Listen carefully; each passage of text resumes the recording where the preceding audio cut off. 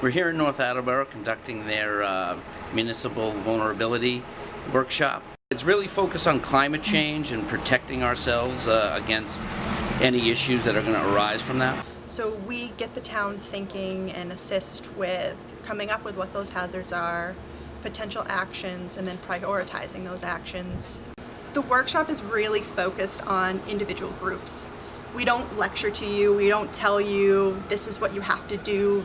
It's really focused on individual people and their experience with a hazard or a concern that they have in the town. About half the state is currently either a designated MVP community or undergoing the process of becoming an MVP community. The biggest benefit is to be able to get some grant funding in the future to conduct some of these projects that we identified today.